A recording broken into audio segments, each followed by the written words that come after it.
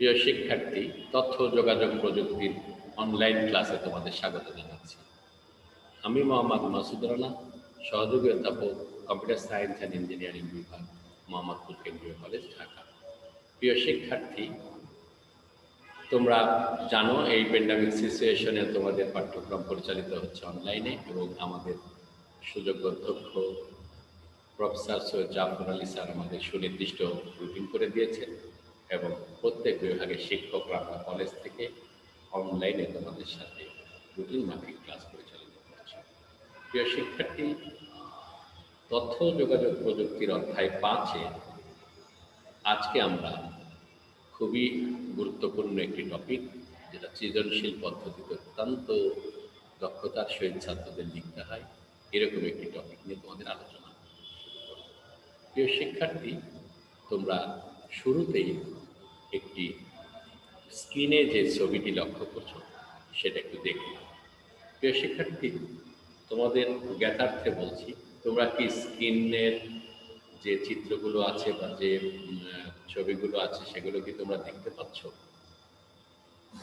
জি sir, স্ক্রিনটা ভালোভাবে দেখতে পারি। Very good.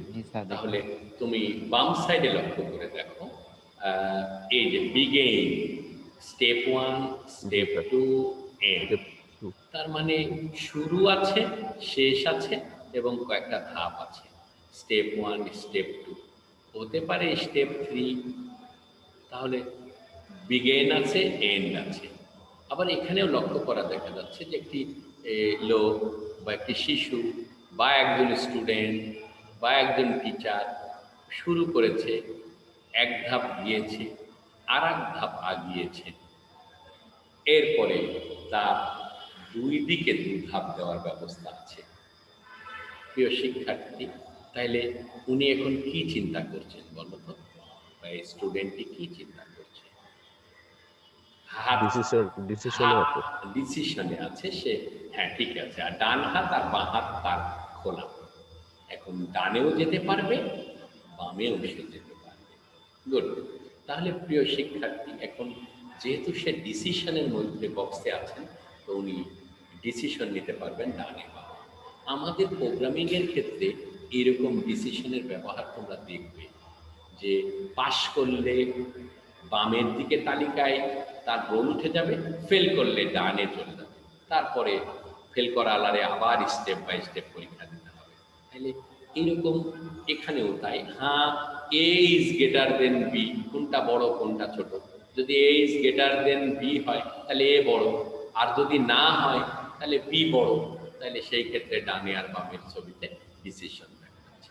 প্রিয় শিক্ষার্থী, ঠিক তেমনই আর একজনকে দেখা যাচ্ছে স্টার্ট করে এক ধাপ আগে এসছেন। এক ধাপ আসার পরে উনি আর এক ধাপের দিকে যাবেন, এবং উনি দেখতেছেন যে এই ধাপে গিয়ে যদি যেখানে আছে সেখানেও ফিরে আসা যাবে, আবার তা থেকে আরেকটু সামনেও অগ্রসর হওয়া যাবে।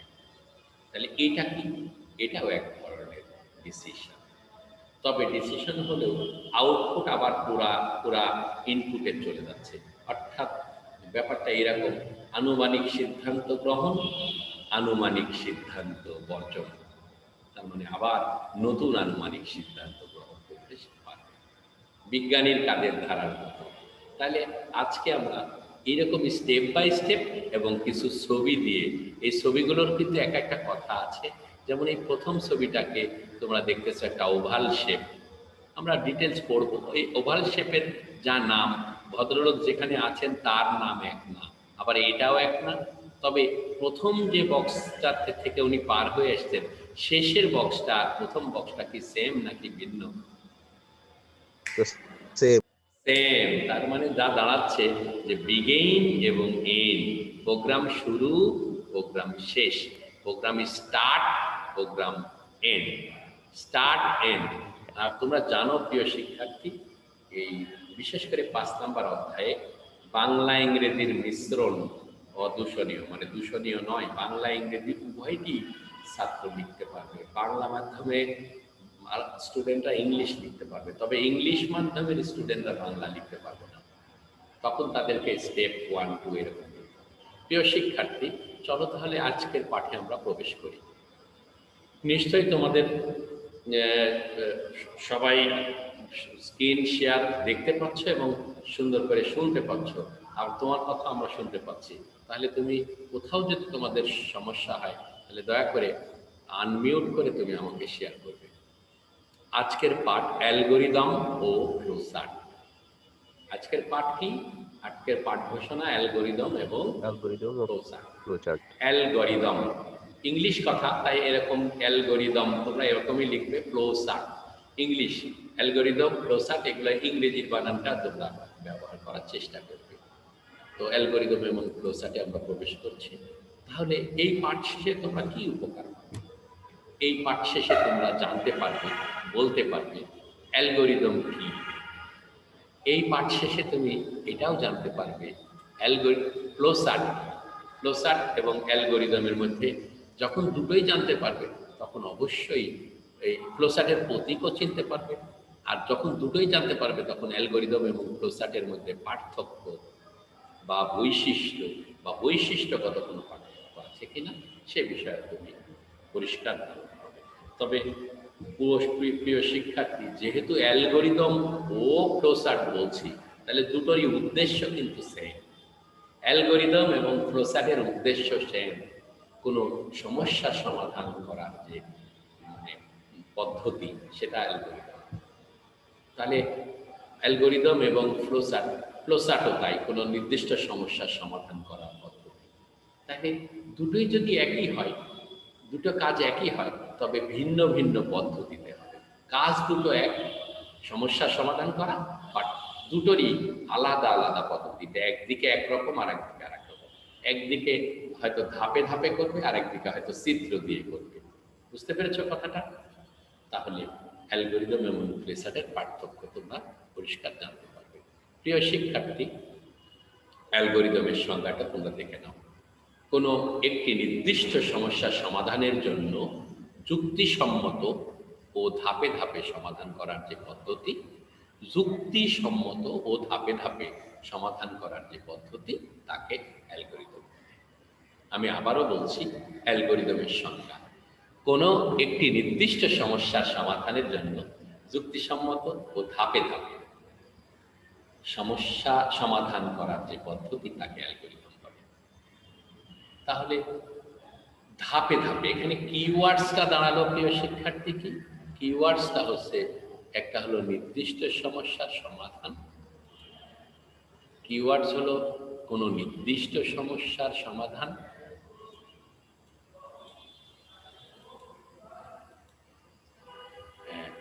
যুক্তিসঙ্গত ধাপে ধাপে।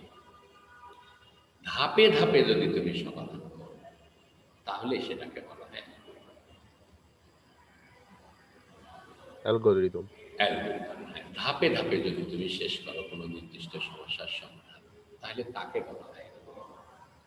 আমি একটু পরে জিজ্ঞাসা করব, যখন ফ্লোচার্ট করতে যাবো তখন অ্যালগরিদম কি, তখন তুমি এই কথাটা, তোমাদেরকে পূর্বেই বলেছি যে যখন ক্লাস চলবে তখন অন্তত তোমরা একটি খাতা কলম সাথে রাখবে। তাহলে অ্যালগরিদমের মধ্যে নির্দিষ্ট সমস্যার সমাধান কেমন করে করবে? ধাপে ধাপে করবে। ঠিক আছে? জি। আচ্ছা, তাহলে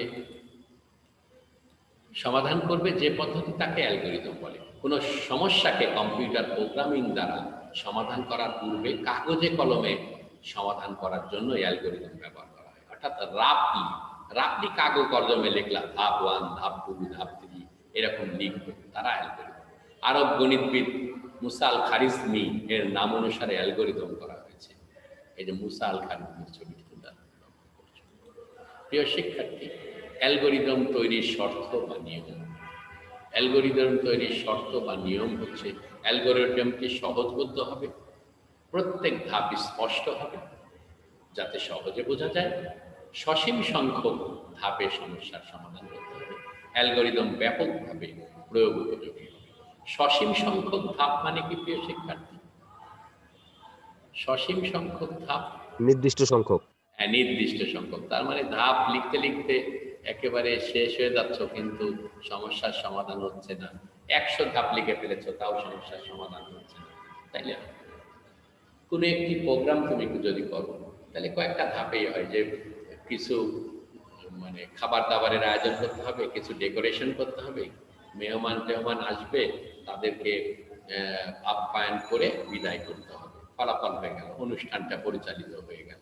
এখন তুমি যদি 1, 2, 3, 4 করে লিখতে লিখতে পুরো সমস্যার সমাধান এমন কিছু লিখলে যে মূল জায়গায় তুমি চলে আসলে না এবং সমাধান হলো না, আউটপুট হলো না, তাইলে সেটা অ্যালগোরিদম ব্যাপকভাবে প্রয়োগ উপযোগী হতে হবে। তো সো অ্যালগোরিদম তৈরি করার শর্ত তুমি বুঝতে পারলে। চলো নিয়ম, শর্ত বা নিয়ম করলে এখন অ্যালগোরিদমের সুবিধা। সহজে প্রোগ্রামের উদ্দেশ্য বোঝা যাবে, সহজে প্রোগ্রামের ভুল নির্ণয় করা যাবে, প্রোগ্রাম প্রবাহের দিক বোঝা যাবে, কোন দিক প্রোগ্রাম হচ্ছে, যে কোন কোন ধাপের পরে কোন ধাপ। হ্যাঁ, তার মানে এক স্টেপ বাই স্টেপ তোমাকে শুরু করতে হবে। সহজে জটিল প্রোগ্রাম সহজে রচনা করা যাবে, প্রোগ্রামের পরিবর্তন ও পরিবর্ধনে সহায়তা করে অ্যালগোরিদম। প্রিয় শিক্ষার্থী, অ্যালগোরিদমের সুবিধাটি তুমি আর একবার দেখে নেওয়ার চেষ্টা করো। আসলে যদি একটি সৃজনশীল পদ্ধতির প্রশ্নের উত্তর বলি, তাহলে প্রথমে ছাত্রটি ক জ্ঞানমূলকের উত্তর দেবে, অতঃপর খ অনুধাবনমূলকের উত্তর দেবে, অতঃপর প্রয়োগমূলকের গয়ের উত্তর দেবে এবং সর্বশেষে ওই সৃজনশীল প্রশ্নের ঘ অর্থাৎ উচ্চতর দক্ষতার উত্তরটি দেবে। তাহলে অ্যালগোরিদমের সুবিধাও এইরকমই, মানে সহজে প্রোগ্রামের উদ্দেশ্য বোঝা যাবে, সহজে প্রোগ্রামের ভুল নির্ণয় করা যাবে, প্রোগ্রাম প্রবাহের দিক বোঝা যাবে, মানে সিরিয়ালি দিক কোন দিক থেকে কোথায় যাচ্ছে, জটিল প্রোগ্রাম সহজে রচনা করা যাবে, প্রোগ্রাম পরিবর্তনে সহায়তা। প্রিয় শিক্ষার্থী, অ্যালগোরিদমের সুবিধাটি তোমরা লক্ষ্য করবে। প্রিয় শিক্ষার্থী, ফ্লোচার্ট এবং অ্যালগোরিদমের সুবিধা সামর্থ্য দেখবা, ফ্লোচার্টেরও এইরকমই সুবিধা তুমি পাবে সেম, তবে দু একটি সমস্যার সমাধান একটু ভিন্নতর। সংজ্ঞাতেই মূলত অ্যালগোরিদম এবং ফ্লোচার্টের পার্থক্য, কিন্তু কাজে এবং সুবিধাতে এবং তৈরির ব্যাপারে অনেকটা সেম। তবে ফ্লোচার্টে নির্দিষ্ট চিত্র দিয়ে করতে হবে, সেই সব বিষয়গুলো আমরা বলছি। তোমরা আবারও একটু অ্যালগোরিদমের শর্ত এবং অ্যালগোরিদমের সুবিধাটি দেখো।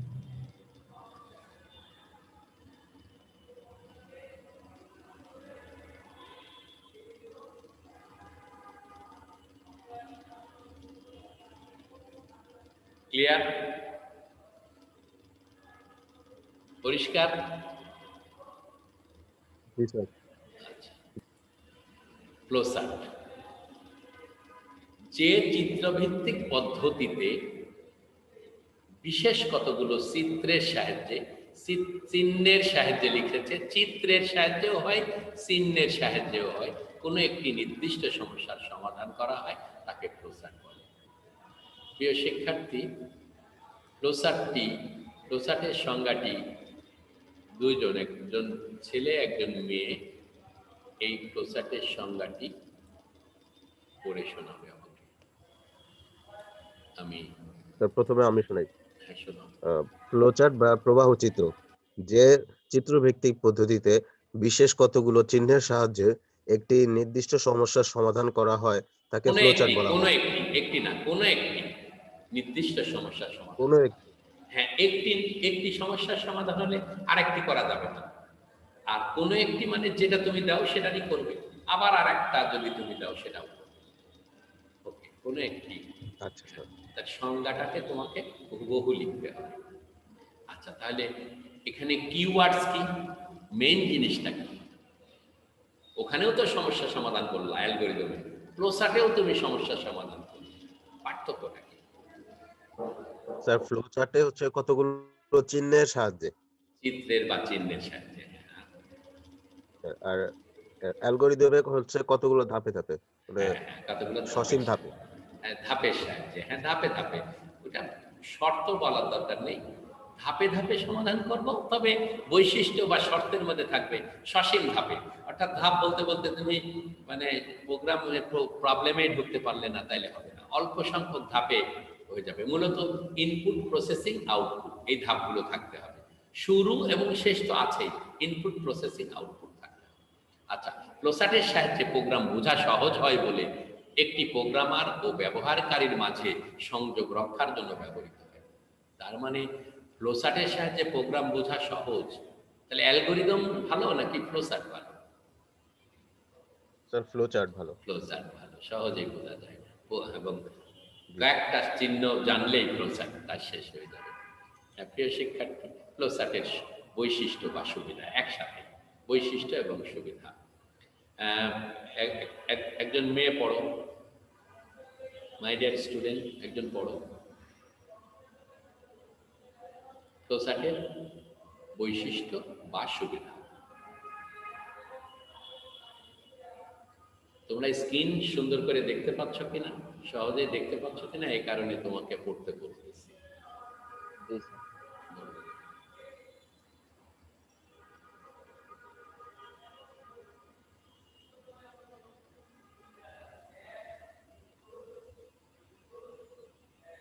স্যার পড়বো নাকি?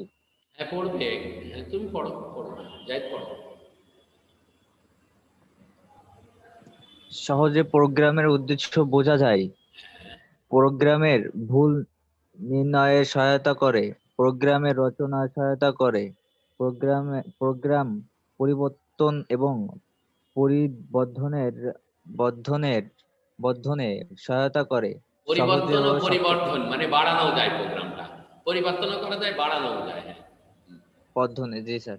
সহজে ও সংক্ষেপে জটিল প্রোগ্রাম লেখা যায়। তাহলে পার্থক্য কি হলো অ্যালগোরিদমের সাথে? এই কথাগুলো তো অ্যালগোরিদমেও ছিল, নাকি ছিল না?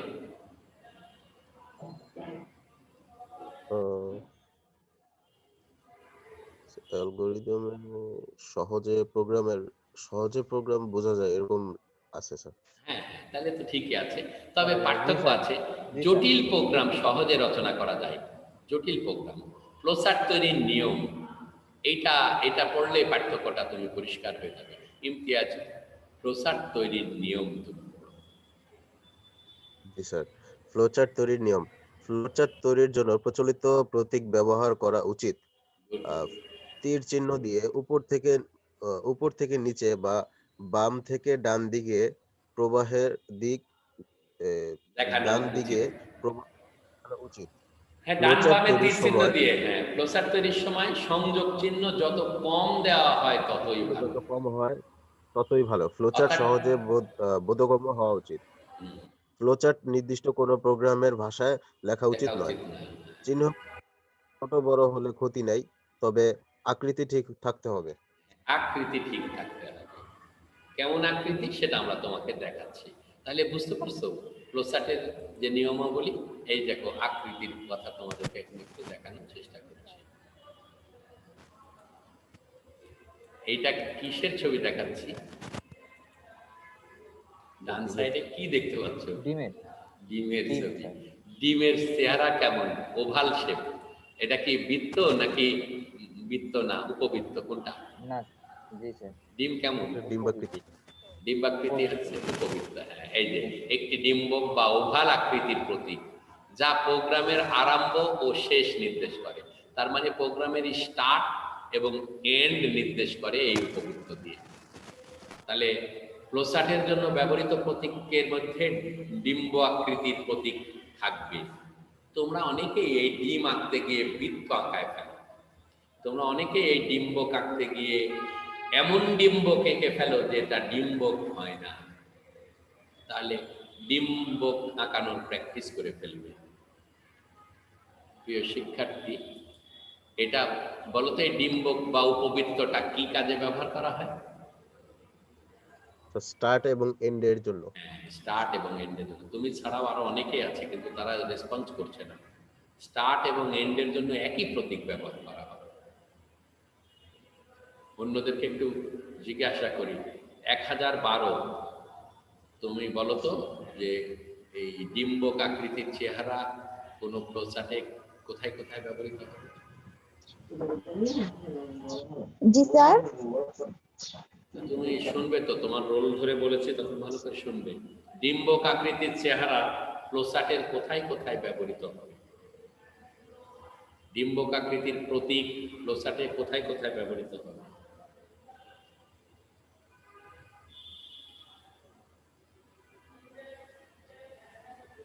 দেখো বাবা, ক্লাস করছো কিন্তু মনোযোগ দিচ্ছ না। ডিম্বকাকৃতির চেহারা প্রোগ্রামের কোথায় কোথায় কোথায় ব্যবহৃত হবে বলো?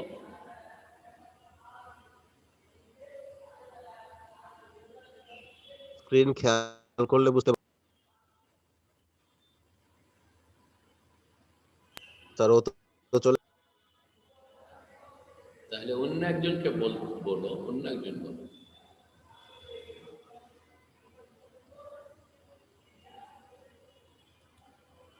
তিনজনই স্যার। এনিওয়ে, ঠিক আছে। এরপরে আসি সামান্তরিক। দেখো রেল লাইন দেখা যাচ্ছে, রেল লাইন চলে কেমন? সমান্তরাল। এখন এই সামান্তরিক রেল লাইন দেখা উদ্দেশ্য নয়, মনে রাখার জন্য। এই দেখো, যে চতুর্ভুজের বিপরীত বাহুদ্বয় পরস্পর সমান এবং সমান্তরাল তাকে সামান্তরিক। সমান্তরাল। বিপরীত বাহুদ্বয় কিন্তু সমান এবং সমান্তরাল হবে। খেয়াল করছো? হ্যাঁ, জি স্যার। কোন বাহুদ্বয়টা? দেখো, জি, এই স্যার। বাহু, এই বাহু আর এই বাহু সমান, আর এই বাহু আর এই বাহু সমান, এবং প্রত্যেকেই কিন্তু সমান্তরাল। পরস্পর বিপরীত বাহুদ্বয় পরস্পর সমান্তরাল।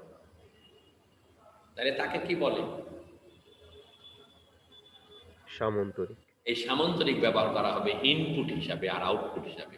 সামান্তরিক ব্যবহার করা হবে দুই জায়গায়, একটা হলো ইনপুটে এবং আউটপুটে। তাহলে এই দুটো ছবি, মাত্র দুইটা ছবি, দুইটা চিহ্ন, কিন্তু চার জায়গায় ব্যবহার হয়ে গেল। সামান্তরিক ব্যবহার করা হবে কোথায় কোথায়? ইমতিয়াজ বলে ফেলো। তা ইনপুট এবং আউটপুটে। ইনপুট এবং আউটপুটে। তাহলে রইল বাকি কি? প্রসেসিং।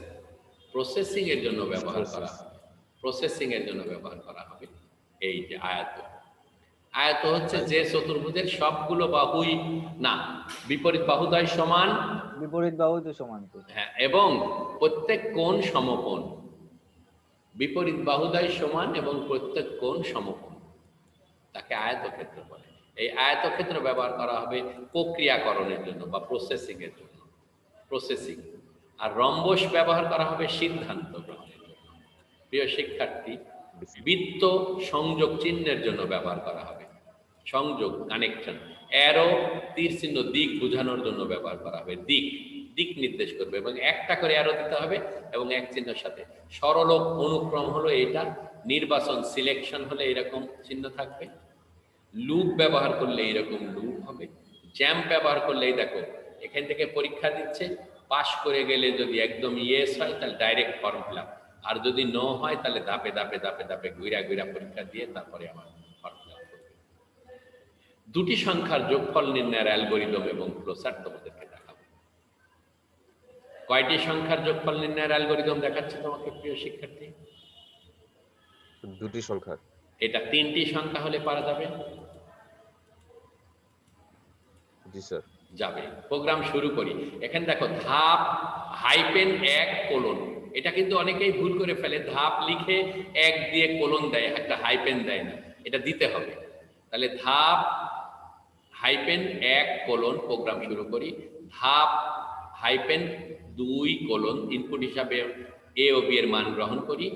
ধাপ 3, দুটি সংখ্যা এ ও বি এর যোগফল সি এর মধ্যে রাখি, আর মেনলি তো সি এর মধ্যে রাখা মানে ধাপ 4 সি এর মান ছাপাই, অর্থাৎ প্রিন্ট সি। আর 5, প্রোগ্রাম শেষ করি। তাহলে একটা অ্যালগরিদমে মিনিমাম 5টি ধাপ থাকা দরকার আছে। দেখো তো এই ধাপগুলো বুঝতে পেরেছো কিনা?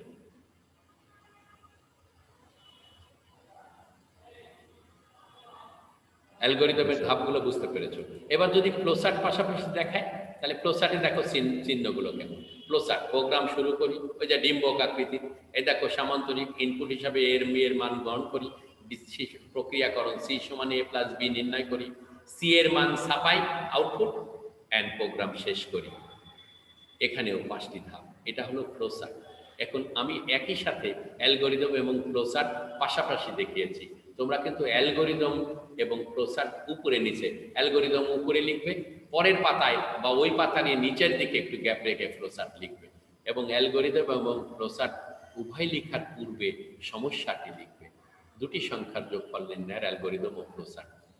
তখন সমস্যাটাকে দুই ভাগে ভাগ করবে, দুটি সংখ্যার যোগফল নির্ণয়ের অ্যালগরিদম, পরে লিখবা দুটি সংখ্যার যোগফল নির্ণয়ের ফ্লোচার্ট। বুঝতে পারছো ইমতিয়াজ? জি স্যার। তাহলে ফ্লোচার্ট এবং অ্যালগরিদম কি পাশাপাশি লিখবে, খাতার মধ্যে পাশাপাশি লিখবে? না স্যার, নিচে। নিচে লিখব। আচ্ছা, উদ্দীপকে আসে যে ইমতিয়াজ সহজেই দুটি সংখ্যার যোগফল ধাপে ধাপে শেষ করলো, জাহিদ দুটি সংখ্যার যোগফল চিত্র দিয়ে শেষ করলো। ইমতিয়াজের পদ্ধতি ব্যাখ্যা করো। তাহলে কি হবে? স্যার আমার পদ্ধতি হবে অ্যালগরিদম হ্যাঁ, এবং তাহলে জাহিদের পদ্ধতি হবে ফ্লোচার্ট। তাহলে উত্তর দিব কিভাবে? বলবো ইমতিয়াজের সমস্যা সমাধানের পদ্ধতি হলো অ্যালগরিদম, তখন অ্যালগরিদমের সংজ্ঞা দিব। কোনো নির্দিষ্ট সমস্যার সমাধান ধাপে ধাপে করাকে অ্যালগরিদম বলে।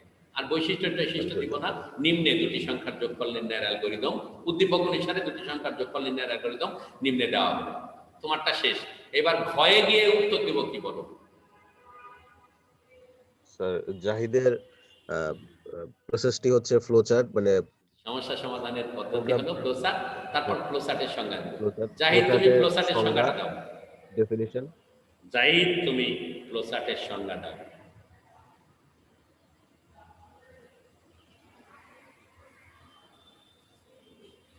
আচ্ছা, তারপর ফ্লোচার্টের সংজ্ঞা দিয়ে এই সবটা শেষ করব। দুইটার মধ্যে কে ভালো, তাহলে ফ্লোচার্টের দিকে যাব। দুটি সংখ্যার গড় নির্ণয়ের বা বড় সংখ্যা নির্ণয়ের অ্যালগরিদম ফ্লোচার্ট আছে। দুটি সংখ্যার মধ্যে বড় কে, এই দেখো খেয়াল করো, বড় এ বড় না বি বড়? যদি এ ইজ গ্রেটার দেন বি হয় তাহলে এ বড়, আর না হইলে বি বড়। এই দেখো ডিসিশনের ব্যাপার আছে, এই দেখো ডিসিশন আর না। তাহলে দুটি সংখ্যার মধ্যে বড় সংখ্যা নির্ণয়, তিনটি সংখ্যার মধ্যে বড় সংখ্যা, দুটি সংখ্যার মধ্যে বড় সংখ্যা নির্ণয়। লুপ ব্যবহার করারও কিছু প্রোগ্রাম আছে, যেমন সি প্রোগ্রামে লুপ ব্যবহার করবে, এখানে লুপ ব্যবহার করার অ্যালগরিদম এবং ফ্লোচার্টও আছে। হ্যাঁ, for loop, do loop, do while loop যেমন তুমি সি প্রোগ্রামে করবে, এখানেও লুপ ব্যবহার করার মতো দেখো লুপ, ডিসিশন, এরকম প্রোগ্রামও তুমি শিখবে। প্রিয় শিক্ষার্থী, এই চিত্র দ্বারা কি বোঝা যাচ্ছে বলো তো? আচ্ছা, তার আগে তোমাদেরকে একটি ছোট্ট প্রোগ্রাম স্ক্রিন শেয়ার করে দেখাই নেই। এই তোমরা বোর্ডের দিকে তাকাও। আইসিটি, এই দেখো আইসিটি শিক্ষক ক্লাসে প্রবেশ করে হাফ ইন্টু ভূমি ইন্টু উচ্চতা লিখলেন। হাফ ইন্টু ভূমি ইন্টু উচ্চতা লিখলেন, তাহলে যেটা হলো এটা হলো একটা ত্রিভুজ। এই হাফ ইন্টু ভূমি ইন্টু উচ্চতা কার ক্ষেত্রফল বলো তো? বলো তো ত্রিভুজের।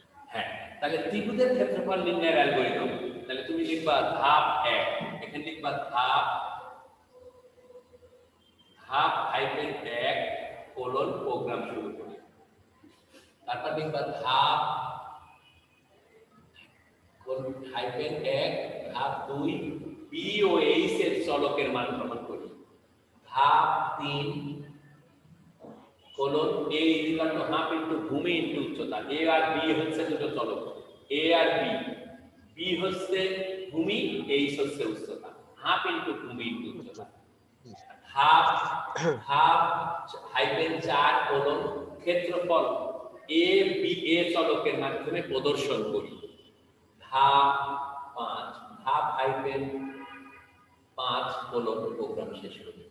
এটা হলো ত্রিভুজের ভূমি উচ্চতা দেওয়া থাকলে ক্ষেত্রফল নির্ণয়ের অ্যালগরিদম এবং প্রিয় শিক্ষার্থী, যদি প্রসার্ট হয় তাহলে কি করব? এটাকে শুরু করি তীর চিহ্ন দিয়ে, বি ও এইচ এর চলকের মান গ্রহণ করি, তীর চিহ্ন দিয়ে a সমান half into b into h গ্রহণ করি, আর সর্বতীর চিহ্ন দিয়ে a চলকের মান শেষে প্রদর্শন করি, মানে এটা আউটপুট আর প্রোগ্রাম শেষ। আর তীর চিহ্নগুলো অবশ্যই এক বক্স থেকে আরেক বক্সের সাথে সংযোগ চিহ্ন একবারই দিতে হবে এবং যেন সংযুক্ত থাকে, এই বিষয়টা। তুমি কি বুঝতে পারলে ত্রিভুজের ক্ষেত্রফল নির্ণয়ের অ্যালগরিদম এবং ফ্লোচার্টটি? বোর্ড থেকে বুঝতে পারছো প্রিয় শিক্ষার্থী? বোর্ডের লেখাটা অস্পষ্ট দেখা যাচ্ছে। হ্যাঁ হ্যাঁ, আমি আগে বলেছিলাম আলোক স্বল্পতা অথবা ক্যামেরা রেজুলেশন। এখন দেখো তো কিছুটা ক্লিয়ার কিনা? জি স্যার, এখন কিছুটা বোঝা যাচ্ছে স্যার। কিছুটা তাহলে আছে। তাহলে দেখো হাফ ইন্টু ভূমির উচ্চতা। আচ্ছা, এটা বই থেকে তুমি দেখতে পাবে, যেভাবে আমি বর্ণনা দিলাম, তাহলে তুমি এগুলো করতে পারবে। এখন তোমাদেরকে যাচাই করি, আর আমার 1 মিনিট সময় আছে। তীর চিহ্ন দ্বারা, এই চিহ্ন দ্বারা কি বোঝা যায়? এই যে যেটা স্ক্রিনে তুমি দেখতে পাচ্ছ, এই চিহ্ন দ্বারা কি বোঝা যায়? স্যার অপশনস, অপশন দিয়ে দিছি। সিদ্ধান্ত স্যার। সিদ্ধান্ত। কেউ যদি বলে শুরু হলো না, ইনপুট তাও হলো না, প্রসেস সম্ভব না, সিদ্ধান্ত ইজ দ্য রাইট অ্যান্সার। ঠিক আছে, থ্যাংক ইউ। তাহলে তোমরা এক কাজ করবা, ফারেনহাইটের তাপমাত্রাকে সেলসিয়াস তাপমাত্রায় রূপান্তরিত করার অ্যালগরিদম লিখবা, আর দুটি সংখ্যার গসাগু নির্ণয়ের অ্যালগরিদম করবে। আর সবচেয়ে ইম্পর্টেন্ট একটি প্রশ্ন বলে দিই, বৃত্তের ক্ষেত্রফল নির্ণয়ের আর ত্রিভুজের ক্ষেত্রফল নির্ণয়ের অ্যালগরিদম আর প্রচার শিখবা। আজকে যে ত্রিভুজ শিখবা সেটা নয়, 3 বাহুর ক্ষেত্রে ত্রিভুজের ক্ষেত্রফল নির্ণয়ের অ্যালগরিদম প্রচার শিখবা। কয় বাহুর ক্ষেত্রে বলো তো? 3 বাহুর। 3 বাহুর ক্ষেত্রে। 3 বাহু যদি দেওয়া থাকে তাহলে ত্রিভুজের ক্ষেত্রফল আলাদা সূত্রে হবে, আর যদি হাফ ইন্টু ভূমি ইন্টু উচ্চতা হয় তাহলে এই সূত্রে হবে। ঠিক আছে? আচ্ছা, তাহলে এই কটা তুমি শিখে ফেলবে, সেলসিয়াস স্কেলকে ফারেনহাইট স্কেলে রূপান্তর, আর 2020 সাল লিপ ইয়ার কিনা এটারও অ্যালগরিদম প্রচার তুমি শিখে নেবে। আর একটি ধারার অ্যালগরিদম প্রচার শিখতে পারো, ধারার যোগফল নির্ণয়, 1 যোগ 2 যোগ 3 যোগ 4 যোগ dot dot dot dot N এর যোগফল নির্ণয়ের অ্যালগরিদম প্রচারটি তুমি শেখার চেষ্টা করো। তো প্রিয় শিক্ষার্থী, অ্যালগরিদম ফ্লোচার্ট এবং প্রোগ্রাম ডিজাইনের ভূমিকা তুমি পারলে, ফ্লোচার্ট তৈরির আগের ধাপগুলো তুমি অ্যালগরিদমে ব্যাখ্যা করতে পারবে। তোমাকে অ্যালগরিদম এবং ফ্লোচার্টের মধ্যে পার্থক্যটা শিখতে হবে, বাসায় লিখে রাখবে, অ্যালগরিদম এবং ফ্লোচার্টের বৈশিষ্ট্য ও পার্থক্য। তো আজকে মনোযোগ সহকারে ক্লাসটি শোনার জন্য তোমাদের ধন্যবাদ জানাচ্ছি, এবং আশা করি এর মধ্য দিয়ে তোমাদের 5 নাম্বার চ্যাপ্টারটি শেষ হবে। আমি আগামী স্যার। যদি কোনো একটি ক্লাস পাই তাহলে 5 নাম্বার অধ্যায়ের প্রোগ্রামের শুরুর দিকটা তোমাদেরকে ধরিয়ে দেওয়ার চেষ্টা করব। তো প্রিয় শিক্ষার্থী, এ পর্যন্তই আজকে, ভালো থাকো, আল্লাহ হাফেজ। হ্যাঁ স্যার একটা